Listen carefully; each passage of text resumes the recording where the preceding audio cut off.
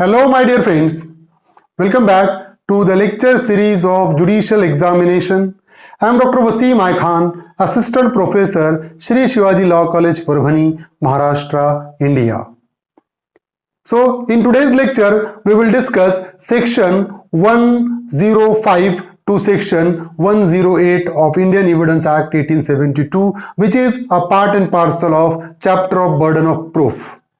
So in this particular section, we will discuss whenever the case of accused comes under a general exception, under such a circumstances on whom burden of proof lies, we will discuss. We will also discuss that under a special circumstances, if any fact which is in the special knowledge of any person, the burden of proof lies on that particular person, we will discuss. तो आज का हमारा point of discussion है section 105 से लेकर section 108, जिसमें हम discuss करने वाले हैं कि अक्यूज्ड का अगर केस जनरल एक्सेप्शन में आता है तो बर्डन ऑफ प्रूफ किस पर रहेगा। कोई ऐसा फैक्ट है जो किसी पर्सन को ही मालूम है तो बर्डन ऑफ प्रूफ किस पर रहेगा वो फैक्ट प्रूफ करने का। ये सब आज के हम इस लेक्चर में डिस्कस करने वाले हैं। साथ ही साथ हम डिस्कस करेंगे इस पर पूछे गए क्वेश्चन और ऐसे क्वेश्चन जो एग्जामिनर इस पर्टिकुलर टॉपिक पर पूछ सकता है। So without wasting your much time, let's start the topic.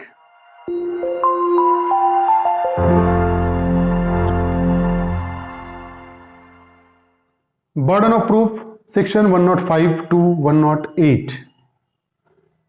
So we have discussed section 101 to 104 in the previous lecture. Now we will discuss section 105. Burden of proving that case of accused comes within exception. Section 105. So when a person is accused of any offense, the burden of proving the existence of any circumstances which bring the case of accused in exception or defense is on accused. So whenever any accused is charged for any offense, and if the accused wants to prove that his case is under a general exception, there is a defense available for the accused.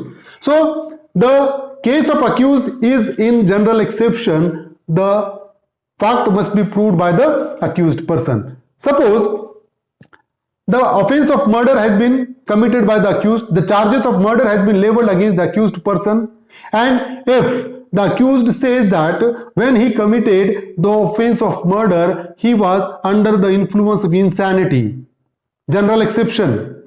So the burden of proof lies on the accused person to prove that at the time of commission of murder, he was under the influence of insanity. समझ रहे हो कि section 105 ये कहता है कि अगर accused पे चार्जेस है कोई ऑफेंस के और अक्यूज ये कहता है कि नहीं ये जो मेरा केस है ये डिफेंस में आता है या जनरल एक्सेप्शन में आता है, तो बर्डन ऑफ प्रूफ किस पे होगा? अक्यूज पे बर्डन ऑफ प्रूफ होगा ये प्रूफ करने का कि उसका केस जनरल एक्सेप्शन में आता है। तो burden of proof lies on the accused person and the court shall presume the absence of such circumstances. तो initially the court shall presume the absence of such circumstances. Court presumption ये लेगा कि ऐसा कोई डिफेंस नहीं है accused के लिए। अक्यूज्ड को प्रूव करना पड़ेगा। जब अक्यूज्ड अगर प्रूव करेगा कि उसका जनरल एक्सेप्शन में केस आता है तो वो बाइज्जत बरी हो जाएगा, वो केस से रिहा हो जाएगा। अगर वो प्रूव नहीं कर सका उसका एक डिफेंस तो ही विल बी पनिश्ड। अब for example there is an example, Ram accused of murder alleged that by reason of unsoundness of mind he did not know the nature of the act. So in this particular example, the Ram is accused of murder, but it was the contention of Ram that by reason of unsoundness of mind he did not know the consequences of his act. तो यहां पर राम पे charges थे कि उसने murder किया, लेकिन राम का यह कहना था कि पागलपन के दौरे के वजह से वो अपने एक्ट के कॉन्सिक्वेंसेस कि वो क्या कर रहा है वो उसको पता ही नहीं था। The burden of proof is on Ram. So under this particular case, the burden of proof will be on Ram to prove that at the time of commission of murder he was under the influence of unsoundness of mind, कि वो पागलपन के दौरे में था। ये prove करने की जिम्मेदारी, ये प्रूव करने का बर्डन राम पर होगा। राम को प्रूव करना पड़ेगा कि वो पागलपन के दौरे में उसने मर्डर किया। अगर उसने प्रूव किया तो छूट जाएगा, अगर प्रूफ नहीं करता है he will be punished. Another example is that Ram, accused of murder, alleged that by grave and sudden provocation he was deprived of the power of self-control. In this case also, in this example also, Ram was accused of a murder, but it was the contention of Ram that he committed that particular act under sudden and grave provocation. He deprived of the power of self control. तो यहां पर accused पे, राम पे charges थे कि उसने murder किया, लेकिन राम का कहना यह था कि उसने जो एक्ट किया वो गुस्से में आकर, अचानक से गुस्से में आकर उसने एक्ट किया, और गुस्से में आने की वजह से उसने अपने आप पे कंट्रोल खो दिया और उसने एक्ट किया। अब जो है the burden of proof is on Ram, तो यहां पर भी बर्डन ऑफ प्रूफ राम पे होगा कि उसने जो एक्ट किया, उसने जो मर्डर किया वो गुस्से में किया, under sudden and grave provocation किया, और उसका सेल्फ कंट्रोल उसने खो दिया और फिर किया। ये प्रूफ करने की जिम्मेदारी भी राम पर ही होगी। अब महाराष्ट्र जुडिशियल एग्जामिनेशन 2019 में पूछा गया क्वेश्चन है सेक्शन 105 पे, A is charged with voluntarily causing grievous hurt under section 325 of the Indian Penal Code. So the burden of proving the sudden and grave provocation by the injured is on A, prosecution, injured, none of the above. तो हमने already discuss किया है कि यहां पर in case of accused in exception or defense is on accused, और तो यहां पर जो प्रूफ करने की जिम्मेदारी होगी वो अक्यूज्ड पर ही होगी। So the correct answer is a, क्योंकि ए पे चार्जेस थे और ए का कहना यह था कि उसने सडन एंड ग्रेव प्रोवोकेशन में एक्ट किया, sudden and grave provocation proof करने की जिम्मेदारी भी ए की होगी। Burden of proof is on A. 2011 JMFC में पूछा गया क्वेश्चन है, to prove the case of alibi the burden lies on the prosecution, the complainant, the witness and the accused.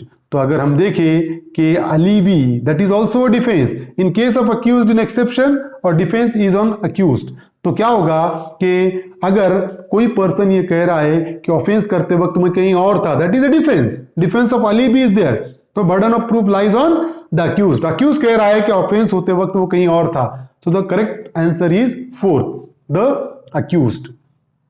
Now section 106, burden of proving facts especially within knowledge. So when any fact is especially within the knowledge of any person, the burden of proving the fact is upon him. So if any fact is especially within the knowledge of any person, the burden of proof lies on that particular person to prove that fact. एक आधा fact ऐसा है कि जो मुझे ही पता है, किसी और को नहीं है, तो वो फैक्ट प्रूफ करने की जिम्मेदारी मेरी होगी। अब फॉर एग्जांपल मेरे जेब में या मेरे पॉकेट में 100 का नोट है, ये मुझे ही पता है, तो मेरे पॉकेट में 100 का नोट है, ये प्रूफ करने की जिम्मेदारी मेरी, किसी और की नहीं, क्योंकि this fact is specially within my knowledge only, कि मेरे ही नॉलेज में वो फैक्ट है, तो वो मुझे ही प्रूफ करना पड़ेगा, कोई और पे वो जिम्मेदारी नहीं होगी वो प्रूफ करने की। So when a person does an act with some intention other than that which the character and circumstances of the act suggest, the burden of proving that intention is upon him. कुछ situation ऐसी होती है कि person का यह कहना होता है कि जो एक्ट मैंने किया, मेरा इंटेंशन या मेरा इरादा वैसा नहीं था जैसा आप समझ रहे हो, है ना। तो अब जो इरादा मेरा कैसा था, ये फैक्ट मेरे ही नॉलेज में है, तो मेरा इरादा क्या था ये प्रूफ करने की जिम्मेदारी मेरी होगी। समझ रहे हो ना, मैं किस एंगल से कोई एक्ट किया ये मुझे ही पता है, कोई और कोई चीज पता नहीं है। This fact is specially within my knowledge, so the burden of proof lies on me to prove that I have committed that particular fact with that particular intention, कि ये इंटेंशन के साथ मैंने वो एक्ट किया, ये मुझे ही proof करना पड़ेगा, क्योंकि ये मुझे ही पता है कि मैंने किस तरीके से वो एक्ट किया है। Example is there, Ram is charge with travelling on a railway without a ticket. तो यहां पर राम पे चार्जेस थे कि उसने रेलवे में विदाउट टिकट सफर किया। The burden of proving that he had a ticket is on Ram. अब बर्डन ऑफ प्रूफ कि राम पे तो चार्जेस है कि उसने विदाउट टिकट सफर किया, लेकिन राम का कहना यह है कि नहीं मेरे पास टिकट है, तो उस राम के पास टिकट था ये राम को ही पता है, किसी और को नहीं। फॉर एग्जाम्पल मेरे पास टिकट है या नहीं है ये मुझे पता है, किसी और को पता नहीं होगा। This fact is specially within my knowledge. तो यहां पर राम के पास टिकट है या नहीं है ये राम के ही स्पेशल नॉलेज में था, तो टिकट अगर राम के पास है तो राम को प्रूव करना पड़ेगा। The burden of proof is lies on Ram to prove that he had a ticket, कि उसके पास टिकट था, ये प्रूव करने की जिम्मेदारी राम पर होगी। Narendra versus state of Karnataka, that is a particular case. In this particular case, in the case of Narendra, where the husband was accused of murdering his wife, he contended that he had gone to buy milk at the time the murder was committed. So in this particular case, the offense of murder has been leveled against the husband, that he has committed the murder of his wife. And it was the contention of husband that at the time of commission of murder, he went to purchase to buy a milk. यहां पर husband पे charges थे कि उसने अपनी wife का murder किया, लेकिन हस्बैंड का यह कहना था कि जब मर्डर हुआ वो दूध लेने कहीं और गया हुआ था. The onus of proof under section 106 is on him to prove the same. अब this fact was specially with in the knowledge of husband, कि ये फैक्ट हस्बैंड के नॉलेज में था, हस्बैंड को ही पता था कि वो कहां गया था, किसी और को पता नहीं है. तो ये प्रूफ करने का कि वो दूध लाने गया था, ये बर्डन किस पे होगा? हस्बैंड पे होगा, to prove that particular fact. Since his act of being outside the house at that time is only within his special knowledge, क्योंकि हस्बैंड के ही नॉलेज में था कि मर्डर हुआ वो कहीं और था, वो ये तो प्रूफ करने की भी जिम्मेदारी हस्बैंड की ही होगी. Chitra Sengupta versus Dhruva Jyoti. It has been held that in an application for maintenance by a wife, the onus lies on the husband to disclose his income under section 106. So whenever the wife files an application for maintenance, the onus lies on the husband to disclose his income under section 106. तो जब कभी भी अगर wife maintenance का suit file करती है, maintenance की application आती है, तो इनकम, हस्बैंड की इनकम कितनी है, ये हस्बैंड को ही डिस्क्लोज करना पड़ेगा. सेक्शन 106 में बर्डन है हस्बैंड पे कि वो डिस्क्लोज करे, क्योंकि वो उसके स्पेशल नॉलेज में, हस्बैंड को पता है कि उसकी इनकम क्या है, तो बर्डन ऑफ प्रूफ भी उस पर ही रहेगा, उसको डिस्क्लोज करना ही पड़ेगा सेक्शन 106 में, क्योंकि उसके स्पेशल नॉलेज में है. अब क्वेश्चन है, उत्तराखंड जुडिशियल एग्जामिनेशन 2016 में पूछा गया क्वेश्चन है, A is charged with traveling on a railway without ticket. The burden of proof is on him according to Indian Evidence Act 1872 under section 102, 106, 107, 108. Section we have discussed that section 102 deals with on whom burden of proof lies. Section 106 deals with burden of proving fact, especially within knowledge. Section 107 burden of proving death of person known to have been alive within 30 years. And section 108 burden of proving that person is alive who has not been heard of for 7 years. Section 106 is a correct answer. Now section 107, burden of proving death of person known to have been alive within 30 years. So when the question is whether a man is alive or dead, and it is shown that he was alive within 30 years. Suppose there is a question before the court of law whether the person is alive or dead. Court के सामने question क्या है कि कोई एक person है जो जिंदा है या मर गया है, ये कोर्ट के सामने क्वेश्चन है. And it is shown that he was alive with in 30 years, और कोर्ट के सामने ऐसा पेश किया गया, कोर्ट के सामने ऐसा फैक्ट लाया गया कि पिछले 30 साल में उसको जिंदा देखा गया. समझ रहे हो, पिछले 30 साल में उसको जिंदा देखा गया, ऐसा कोर्ट के सामने पेश किया गया. The burden of proving that he is dead is on the person who affirms it.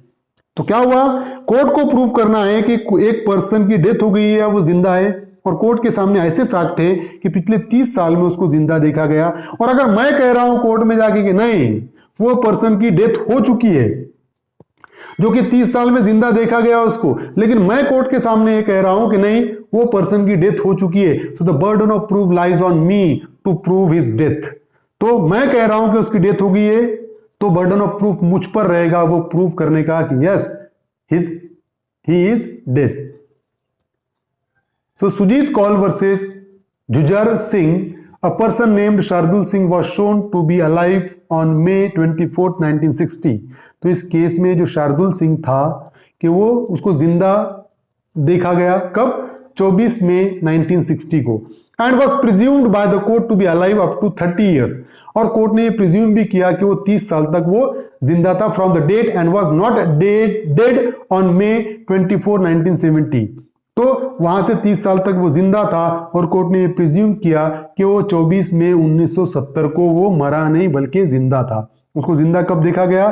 24 मई 1960 को उसको जिंदा देखा गया। तो कोर्ट ने ये प्रिजम्पशन लिया सेक्शन 107 में कि वो 30 साल तक जिंदा है और 24 मई 1970 को वो जिंदा ही था, ऐसा कोर्ट ने प्रिजम्पशन लिया। As the appellant had alleged that Shardul Singh was dead on that date, the onus to prove the fact shall be on him। तो यहां पर जो अपेलेंट था, जिसने अपील किया था, उसका कहना यह था कि शार्दुल सिंह की डेथ हो चुकी है, वो मर चुका है। तो onus is on the appellant to prove that Shardul Singh was dead. तो यहां पर जो प्रूफ करने की जिम्मेदारी, बर्डन ऑफ प्रूफ या ऑनर्स ऑफ प्रूफ किस पे होगा? जो अपेलेंट कह रहा है कि शार्दुल सिंह की डेथ हो चुकी है, तो बर्डन ऑफ प्रूफ उस पर होगा। सेक्शन 107 पे पूछा गया क्वेश्चन उत्तराखंड जुडिशियल एग्जामिनेशन 2016 में, the principle of presumption of survivorship has been incorporated in the Indian evidence act 1872 under section 106, 107, 108, 109। तो अगर हम देखें तो 107 में burden of proving death of a person known to have been alive within 30 years। तो ये जो presumption of survivorship है सेक्शन 107 में डिस्क्लोज किया हुआ है। Now 108, burden of proving that person is alive who has not been heard of for 7 years। So when the question is whether a man is alive or dead, यहां पर भी court के सामने question है कि पर्सन की death हो चुकी है या वो जिंदा है, and it is proved that he has not been heard of for 7 years by those who would naturally have heard of him if he had been alive। तो यहां पर क्वेश्चन ये था कोर्ट के सामने कि पर्टिकुलर पर्सन की death हो गई या वो जिंदा है, और कोर्ट के सामने ये प्रूफ किया गया कि इस पर्सन को 7 साल से किसी ने भी नहीं देखा। फॉर एग्जाम्पल जिन्होंने देखना चाहिए था उन्होंने किसी ने भी नहीं देखा। फॉर एग्जाम्पल उसके फ्रेंड ने नहीं देखा, उसके फैमिली मेंबर ने नहीं देखा, आसपास के लोगों ने उसे 7 साल से जिंदा है ऐसा नहीं देखा, उसको जिंदा नहीं देखा। The burden of proving that he is alive is shifted to the person who affirms it. तो क्या होगा कि हमने देखा कि लॉ में प्रिजम्पशन है कि अगर एक कोई पर्सन है जिसको 7 साल से उसके नियर एंड डियर ने अगर नहीं देखा होगा, जिंदा नहीं देखा होगा, तो लॉ में ऐसा प्रिजम्पशन है कि उस पर्सन की डेथ हो चुकी है। तो यहां पर कोर्ट तो प्रिजम्पशन लेगा कि उसकी डेथ हो चुकी है, लेकिन मैं कोर्ट में जाकर कह रहा हूं कि नहीं उसकी डेथ नहीं हुई है बल्कि वो जिंदा है, तो वो जिंदा है ये प्रूफ करने की जिम्मेदारी मेरी होगी। नियर एंड डियर ने तो कहा कि 7 साल से हमने इसको जिंदा नहीं देखा, कोर्ट प्रिजम्पशन ये लेगा कि वो जिंदा नहीं है बल्कि उसकी डेथ हो चुकी है। लेकिन मैं अगर कोर्ट में जाकर ये कह रहा हूं कि नहीं वो जिंदा है, तो burden of proof lies on me to prove that he is alive, कि वो जिंदा है ये प्रूव करने की जिम्मेदारी मेरी होगी, मेरे पे बर्डन होगा। That is the section 108 which we have discussed. So I hope you understand this topic. If you understand this topic, please subscribe my channel, hit the notification button, hit the like button and share this video with your friends. Thank you very much.